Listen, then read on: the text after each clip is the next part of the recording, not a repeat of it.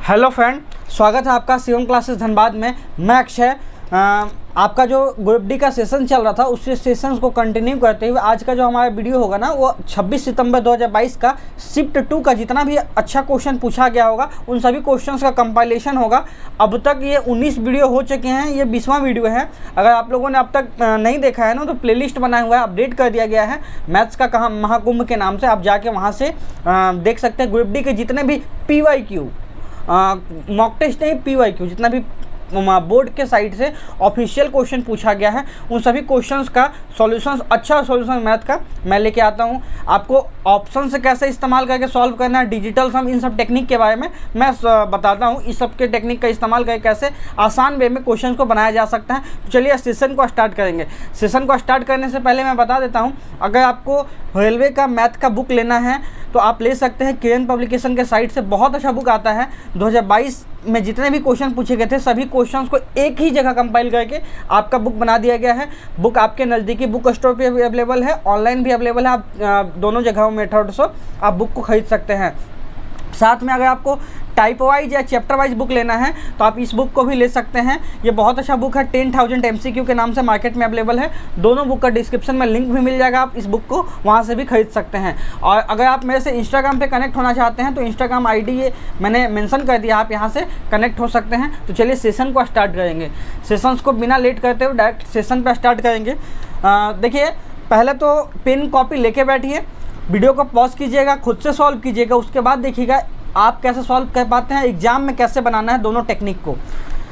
Quality की equation का question railway का कोई भी एग्जाम हो, फेवरेट टॉपिक है, ये डेफिनेटली आएगा ही आएगा। या CBT 2 होगा, जैसे अभी होने वाला है ALP CBT 2, उनमें भी ये क्वालिटी के इक्वेशन के क्वेश्चन आपको देखने को डेफिनेटली मिलेंगे। सॉल्व भी ऐसे ही करना है। कैसे सॉल्व करना है सर? यहाँ पे गिवन है x² + 30x, x² + 30x + 104। अच्छा, इसका मतलब क्या होता है सर? इसका मतलब होता है ना कि जोड़ के 30 आना चाहिए और गुना करने के बाद 104। ये सब जानता है, हम लोग को अंडर 10 तक यही सिखाया गया है। बट कैसे होगा पॉसिबल? हम डायरेक्टली चेक कर लेंगे ऑप्शन से। ऑप्शन से कैसे? अच्छा, इन दोनों का मूल बता दिया गया है ना, मूल ज्ञात करना। मूल ऑप्शन में है तो 8 दूनी 16 आना चाहिए, मल्टीप्लाई करके लास्ट में 6 आना चाहिए, लेकिन मल्टीप्लाई करके लास्ट में 4 है। ये आंसर तो पॉसिबल नहीं है। 6 चौक 24, लास्ट में 4 आ गई, हो सकता है 6 चौक 24 4 हो सकता है, लेकिन जब मल्टीप्लाई कीजिएगा ना तो 140 से ज़्यादा निकल जाएगा। ये भी आंसर नहीं है। अब दो ऑप्शन में फंस गए हैं, 6 होगा 24 6 या -24 6, कौन हो सकता है? अच्छा, इसका कैसे निकलता है? इसको हम ऐसे लिख सकते हैं क्या, +26 + 4, दो भाग में तोड़ लिए, ठीक है। लेकिन जैसे ही मूल निकालना होगा ना तो मूल निकालने के लिए मैंने टेक्निक बताया था कि सिर्फ साइन को माइनस में लिख देते हैं, -4 और -26, ठीक है। तो राइट आंसर इसका क्या हो जाएगा? -24 और -24 और -4 इसका राइट आंसर हो जाएगा। कहाँ गिवन है ये वाला? ये गिवन है आपका ऑप्शन डी में। इसका ऑप्शन डी बिल्कुल सही आंसर होने वाला है, ऑप्शन डी, ठीक है। यहाँ तक आपको कहीं डाउट नहीं होगा। डाउट होगा तो कमेंट कीजिएगा। ये बहुत अच्छा क्वेश्चन है, ये सबसे ज़बरदस्त क्वेश्चन आज का, बहुत VVI क्वेश्चन है। इसको नोट कीजिएगा, जो टेक्निक लगेगा, और ध्यान से सुनिएगा। अगर समझ में नहीं आएगा तो वीडियो को पीछे कीजिएगा, उसके बाद देखिएगा। आप जैसे ट्रेडिशनल मेथड का इस्तेमाल करते हैं वैसे नहीं लगाना है इसको। सॉल्व कैसे करना है वो टेक्निक समझ लीजिए। इस टाइप के क्वेश्चन जब भी आपको मिलेगा तो आप इसी टेक्निक का इस्तेमाल कीजिएगा। वैसे क्वेश्चन में जो नाव का हो, जिसमें प्रतिकूल और अनुकूल, इंग्लिश में डाउन स्ट्रीम अप स्ट्रीम दिया जाए, उसमें, ठीक है। यहाँ पे क्या बोला है कि एक नाव 30 किलोमीटर धारा के प्रतिकूल, 44 किलोमीटर धारा के अनुकूल 10 घंटे में जाती है। यह धारा के प्रतिकूल 40 किलोमीटर, धारा के प्रतिकूल 55 किलोमीटर 13 घंटे में जाती है। तो धारा की गति आपको बताना है। यहाँ पे दो का गति पूछा जा सकता है, या फिर पूछेगा नाव की गति क्या है या धारा का गति क्या है, दो चीज़ें पूछ सकता है। बनाएंगे कैसे? प्रतिकूल को हम ऐसे लिखेंगे, प्रतिकूल, ठीक है सर। अनुकूल को हम यहाँ लिखेंगे, अनुकूल, ठीक है। यहाँ तक कोई किसी को समस्या नहीं। और यहाँ लिखेंगे समय, जिसको इंग्लिश में लिखना है टाइम, ठीक है। ये चीज़, तीन चीज़ होती है। प्रतिकूल 30 किलोमीटर जाता है, 30 किलोमीटर मेंशन है, प्रतिकूल 30 किलोमीटर जाता है, अनुकूल 44 किलोमीटर जाता है। टाइम कितना लगता है? 10 घंटे का समय लगता है, 10 घंटे का समय लगता है, ठीक है। यहाँ तक कोई समस्या नहीं होने वाला होगा। अब धारा के प्रतिकूल 40 किलोमीटर जाना है, धारा के प्रतिकूल 40 किलोमीटर जाना है, अनुकूल 55 किलोमीटर जाना है, ठीक है। अब समय कितना लगा है? 13 घंटे का समय लगा है। ये दो ही क्वेश्चन दिया हुआ है। यहाँ पे सोचने वाले, देखिए यहाँ पे टेक्निक पकड़िए, कैसे हम देखेंगे क्वेश्चंस को बनाने का टेक्निक। अगर प्रतिकूल में 10 किलोमीटर बढ़ जाए, अनुकूल में 11 किलोमीटर बढ़ जाए, तो हमारा टाइम 3 घंटा बढ़ जाता है। सेम कॉन्सेप्ट है, प्रतिकूल में 10 किलोमीटर बढ़ा, अनुकूल में 11 किलोमीटर बढ़ा, समय 3 घंटा बढ़ जाएगा। ठीक है, यहाँ तक कहीं समस्या नहीं होने वाला होगा, ये आप समझ गए होंगे। अगर हम मानते हैं कि प्रतिकूल कुछ चला ही नहीं, प्रतिकूल चला ही नहीं, अनुकूल सिर्फ चला है, सिर्फ अनुकूल चला है, तो कैसे बनेगा? तो प्रतिकूल को हमको शून्य करना पड़ेगा, तो 40 को हटाना पड़ेगा। 40 कैसे हटेगा? 10 का 4 गुना है 40, तो 10 का 4 गुना मतलब सभी टर्म का 10 का 4 गुना इसमें से घटा दीजिए, 11 का 4 गुना इसमें से घटा दीजिए, और इसमें से क्या है, इसमें से 13 में से यहाँ पे 3 का 4 गुना घटा दीजिए। सब जगह क्या किए? 4 गुना को घटा दिए। यहाँ पे प्रतिकूल क्या आ गया? 40 में से 40 गया तो 0 आ गया। यहाँ पे 55 में से 44 गया तो 11 आ गया। और यहाँ पे कितना आया? 13 में से 12 गया तो 1 आया। इसका मतलब क्या है सर? अनुकूल 11 किलोमीटर चलने में, अनुकूल चलने का मतलब इंग्लिश में क्या है? इसको बोलते हैं डाउन स्ट्रीम। ठीक है, अनुकूल 11 किलोमीटर चलने में समय कितना लिया है? 1 घंटे का समय लिया है, 1 घंटे का समय लगा है। इसका मतलब क्या है? Down stream. डाउन स्ट्रीम का अगर चाल आपको बताया जाए तो आप बताइएगा 11 किलोमीटर प्रति घंटा इसका चाल है। यहाँ तक कहीं किसी को समस्या नहीं होने वाला होगा। अनुकूल का हम समय निकाल दिए, स्पीड कितना था? 11 किलोमीटर प्रति घंटा। अब बस इस वैल्यू में पुट कीजिए। अनुकूल चला है यहाँ पे 4 घंटा लगा, 4 घंटा उधर लगा तो 30 को चलने में कितना टाइम लगेगा? इधर 4 घंटा तो घटा दिया है 6 घंटा, तो 6 से डिवाइड देंगे ना तो 5 किलोमीटर प्रति घंटा। 5 किलोमीटर प्रति घंटा क्या आ गया? ये आ गया अप स्ट्रीम का चाल, अप स्ट्रीम का चाल आ गया। अप स्ट्रीम का क्या आ गया? चाल आ गया। अप स्ट्रीम का जब चाल आ गया तो अप स्ट्रीम को क्या लिख सकते हैं? देखिए प्रतिकूल को हम लिखते हैं क्या? x minus Y. ये क्या हो गया? x माइनस वाई हो गया आपके पास 5, और x प्लस वाई आपसे पूछेंगे तो आप बताइएगा 11। यही होता है अनुकूल प्रतिकूल। आपसे y का गति का, धारा की गति पूछा है, मतलब y का मान पूछा है। y का मान क्या होगा? y का मान जब आपसे पूछेंगे तो आप बोलिएगा इन दोनों को घटा के और 2 से डिवाइड दे। 11 में से 5 गया तो 6 को 2 से डिवाइड देंगे तो कितना आ गया? 3 किलोमीटर प्रति घंटा। 3 किलोमीटर प्रति घंटा इसका सही आंसर होने वाला है। कौन सा होगा? 3 किलोमीटर प्रति घंटा इसका राइट आंसर होने वाला। कहाँ गिवन है सर? 3 किलोमीटर प्रति घंटा। आपका ऑप्शन बी में गिवन है 3 किलोमीटर प्रति घंटा, यही सही आंसर होने वाला है। देखिए कितना आसान मेथड से बनाना, नहीं तो ये बहुत टिपिकल होने वाला है। ठीक है, बनाना ऐसे ही एग्जाम में जल्दी बन जाएगा, कम समय में बन जाएगा। ठीक, चलेंगे अगले क्वेश्चन पे। अगला क्वेश्चन है, ये भी सेम टाइप का क्वेश्चन है। इसमें मूल दिया जाएगा, पर मैं मूल निकाल देता हूँ, बाकी आप इक्वेशन खुद से सेट कीजिएगा। ठीक है, यहाँ पे मूल क्या क्या हो सकता है? मूल हो क्या सकता है? 2x स्क्वायर, यहाँ पे 3x माइनस 5 है, इक्वल टू 0 है। इसका मूल क्या क्या हो सकता है? मूल होने के लिए क्या करना पड़ेगा? गुना करने के बाद 10 आना चाहिए और जोड़ने के बाद -3 होना चाहिए। तो क्या क्या टर्म पॉसिबल है? जोड़ने के बाद 3, गुना करने के बाद 10, मतलब क्या हो सकता है? -5 प्लस 2, ये हो सकता है। तो मूल बोला जाएगा, मूल बोला जाएगा तो आप क्या बोलिएगा? +5 - 2, ये मूल होगा। ठीक है, मूल ये होगा नहीं, a को डिवाइड करना पड़ेगा, तो a को डिवाइड कर देते हैं, यहाँ पे a से डिवाइड दे देते हैं। तो मूल क्या हो जाएगा? 1 हो जाएगा 5/2, 1 हो जाएगा -1। ये क्या आ गया? ये आ गया मूल। मूल का मतलब क्या आ गया सर? ये वाला आपका आ गया अल्फ़ा और ये वाला आ गया बीटा। ठीक है, अब इसको हम सॉल्व करते हैं, इस इक्वेशन में रख लीजिए और उसके बाद बताइए इनमें से कौन सा वैल्यू सेटिस्फाई होगा। ये होमवर्क देते हैं, आगे का सॉल्यूशन खुद से कीजिएगा और बताइएगा कैसे सॉल्व होता है। नहीं समझ में आएगा, पिछले वीडियो में मैंने ऐसे ही क्वेश्चन को बताया है, आप उसमें सॉल्व करके देख सकते हैं। वो वीडियो को बैक करके देखिएगा, आपको समझ में आ जाएगा। उसके बाद कमेंट में आंसर बताइएगा इसका। ठीक है, अब चलिए अगले क्वेश्चन पे चलते हैं। नीचे दिए गए आंकड़े में 10 अलग अलग मैचों में एक गेंदबाज द्वारा लिए गए विकेट की संख्या दी गई है। बहुलक क्या होने वाला आपसे पूछा गया है। बहुलक क्या है पूछा गया है। बहुलक कैसा निकलता है? बहुलक का मतलब जो संख्या जितनी बार ज़्यादा होगा वही बहुलक होगा, जो जितना अधिक होगा वही बहुलक होगा। तो 4 कितना टाइम लिखा हुआ? 1 बार 2 बार। 4 कितना टाइम लिखा हुआ? 2 टाइम्स लिखा हुआ। 6 कितना टाइम लिखा हुआ? 1 ही टाइम लिखा हुआ 6। 2 कितना टाइम लिखा हुआ है? 1 2 टाइम लिखा हुआ 2।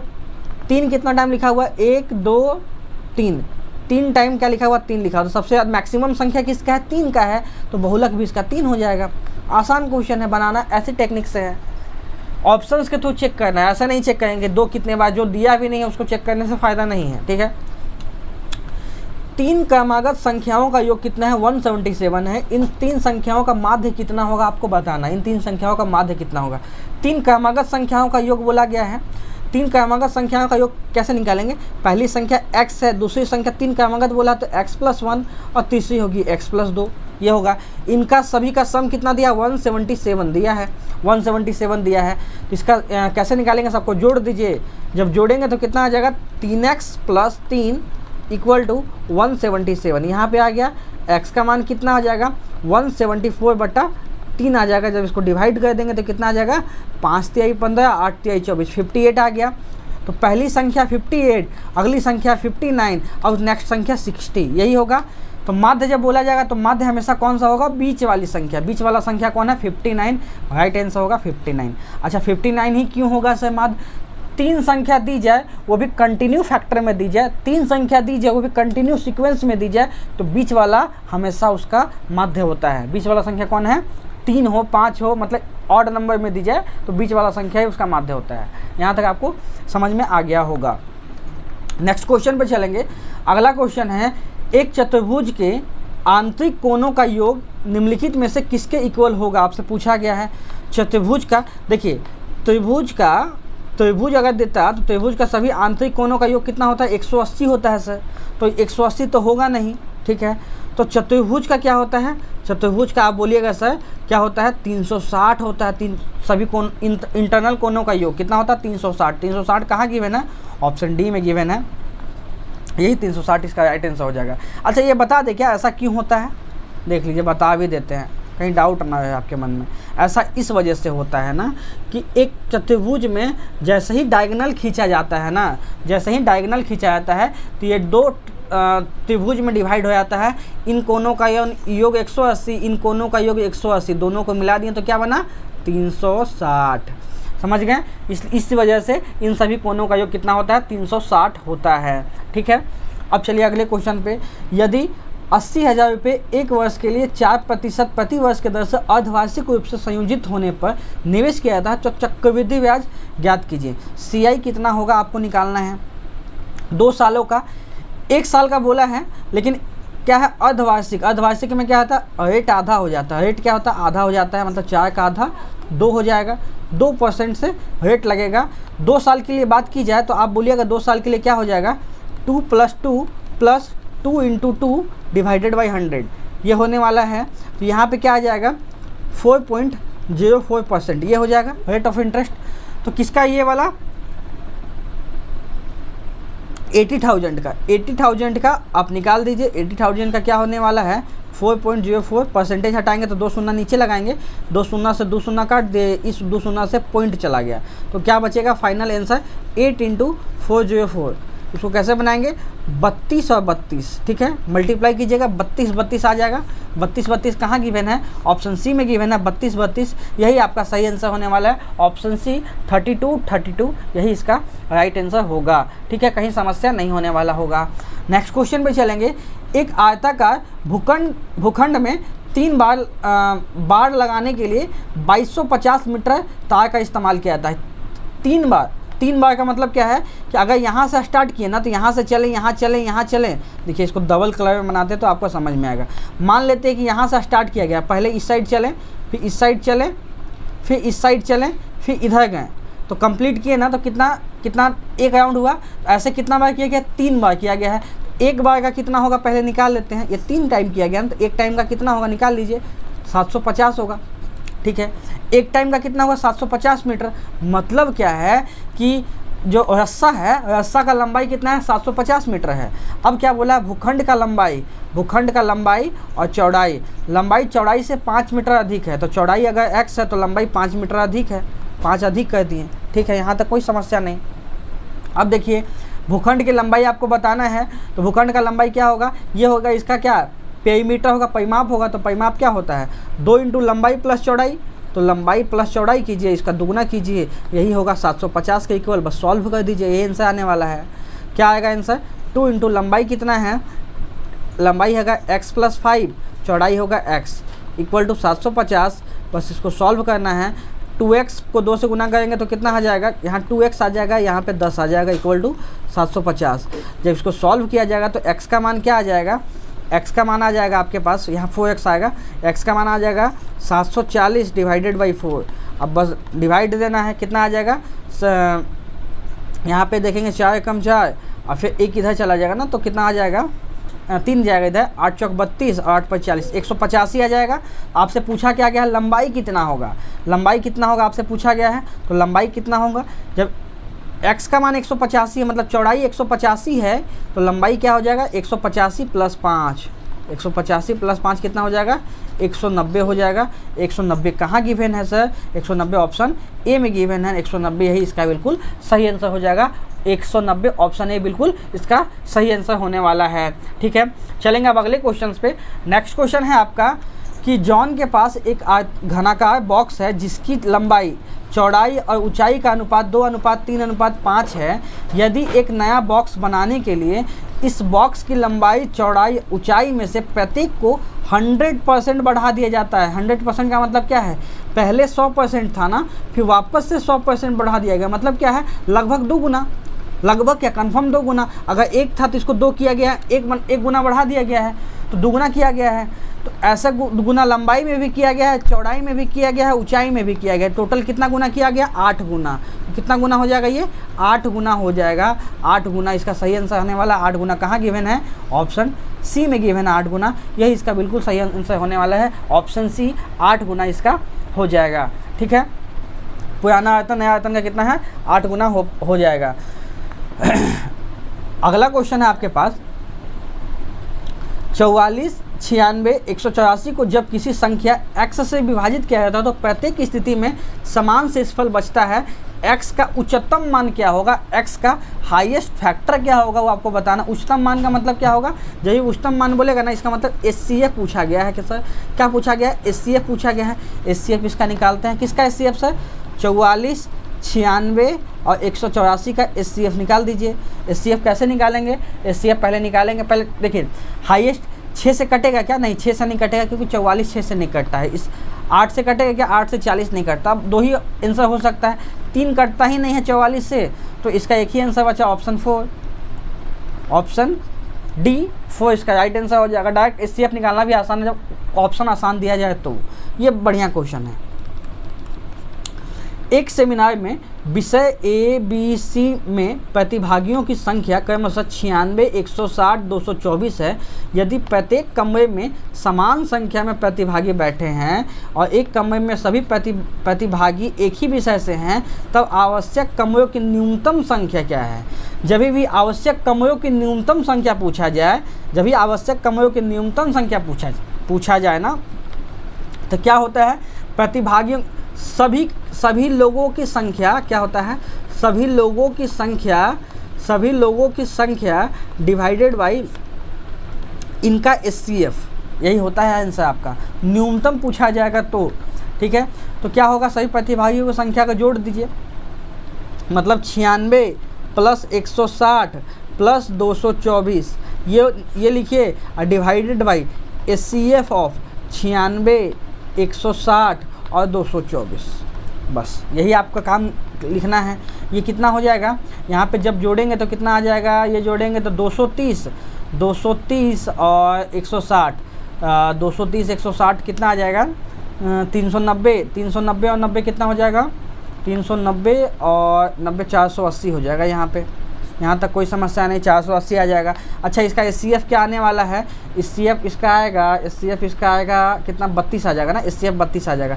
अब इसको सॉल्व करते हैं, 16 दूनी 32, 16 या 48, फिर यहाँ से काटेंगे 5 बार में, तो कितना आंसर आ जाएगा, 3 × 5, 5 3 कितना होता है, 15 होता है। 15 इसका राइट आंसर हो जाएगा। 15 कहाँ गिवन है सर, ऑप्शन डी में गिवन है 15, यही 15 इसका बिल्कुल सही आंसर होने वाला, ऑप्शन डी 15 इसका बिल्कुल सही आंसर होने वाला, ऑप्शन डी 15 इसका राइट आंसर हो जाएगा। कहीं यहाँ पे दिक्कत नहीं होगा, दिक्कत होगा तो बताइएगा, ऑप्शन इसमें दिक्कत है। आसान क्वेश्चन था, बनाना वैसे ही टेक्निक से है। नेक्स्ट क्वेश्चन पर चलेंगे। ये क्वेश्चन आपका लिखा हुआ है 4.142, इसको क्या किस में व्यक्त करना है, PQ के फॉर्म में, किसको, इस 3 वाले को।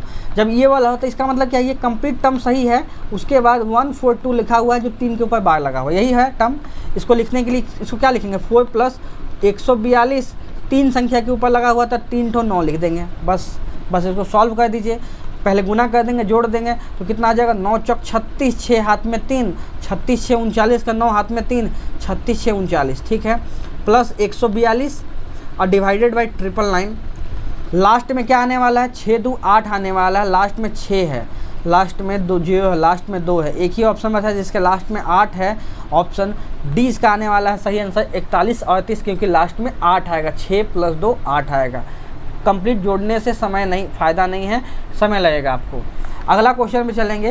राम के वेतन में पहले 12% का वृद्धि किया गया, उसके पास 8% का कमी किया गया, ओवरऑल क्या होगा, सक्सेसिव इसका लगेगा, ओवरऑल इसका वेतन क्या होगा देख लेते हैं, घटेगा या बढ़ जाएगा।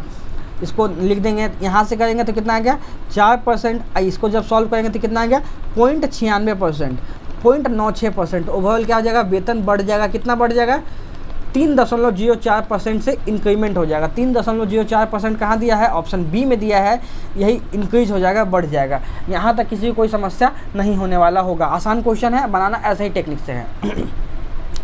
ठीक है, अगले क्वेश्चन पे चलेंगे। यदि किसी वस्तु का CP 800 है और यदि वस्तु को बेचने पे 15% की हानि होती है तो सेलिंग प्राइस क्या है, आपसे बोला गया है। वस्तु का CP कितना है, 800 है सर। वस्तु का CP कितना है सर, 800 है।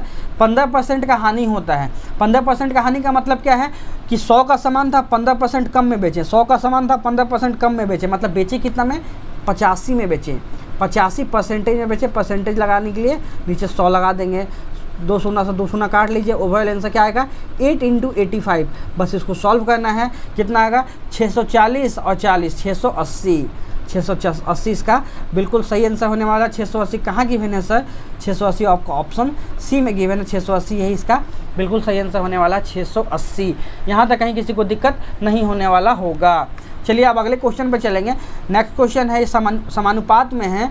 कब, जब x = 3 दिया है, x = 3 दिया तो यहाँ पुट करते हैं तो 9 × 27, पहला संख्या 27, दूसरा संख्या 6 3 9, तीसरा संख्या कितना हो जाएगा 7 × 21 में से 3 गया तो 18 और चौथा संख्या y। ये अनुपात में है तो y का मान निकालना है। y कैसे निकलेगा, 9 × 18 डिवाइडेड बाई 27। उसको बस सॉल्व करना है, काट लेंगे। यहाँ 3 आ गया, 9 × 27, 3 से काटे तो 6 आ गया। y का मान कितना आ गया, y = कितना आ गया 6 आ गया सर। 6 कहाँ गिवन है, 6 ऑप्शन ए में गिवन है, यही 6 इसका बिल्कुल सही आंसर हो जाएगा, ऑप्शन ए।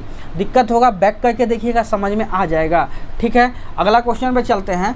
नेक्स्ट क्वेश्चन है, इनको सॉल्व करना है, इनको गुना ही करना पड़ेगा क्योंकि संख्या लगभग में नहीं पूछा गया है, यहाँ पे अनुमानित मान नहीं दिया गया है।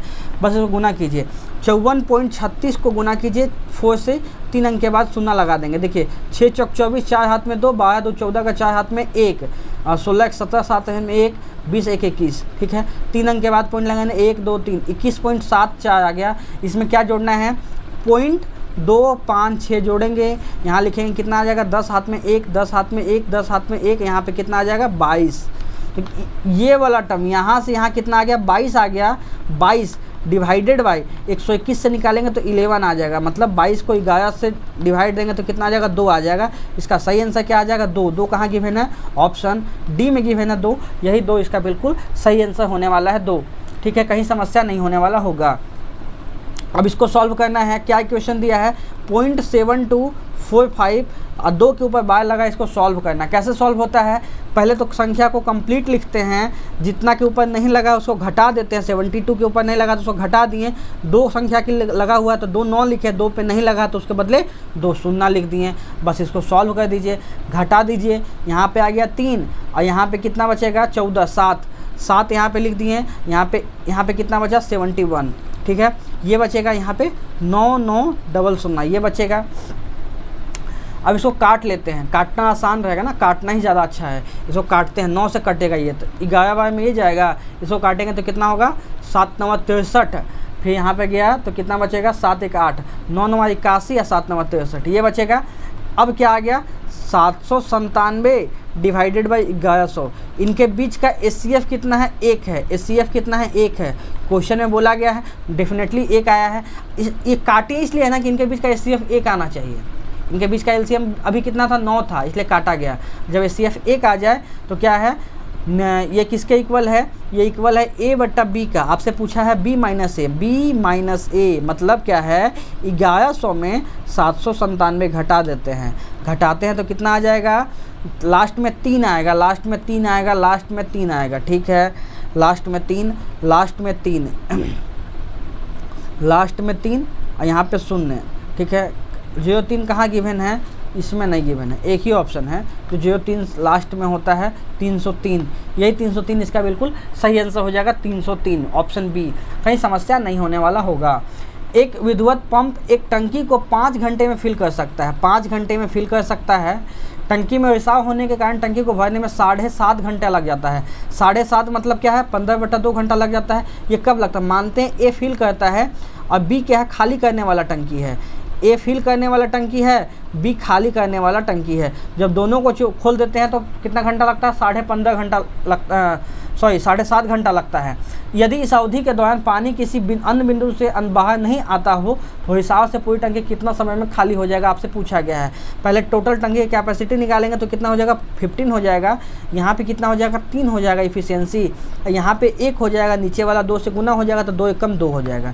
इसका मतलब क्या है सर, इसका मतलब क्या है, a minus B equal to 2 है, a minus B equal to 2 है, a minus B equal to 2 है, a का मान 3 है तो b का मान क्या होगा आपको बताना है। आप बताइएगा सर b का मान कितना हो जाएगा, 3 में से 2 जाएगा तो 1 बचेगा।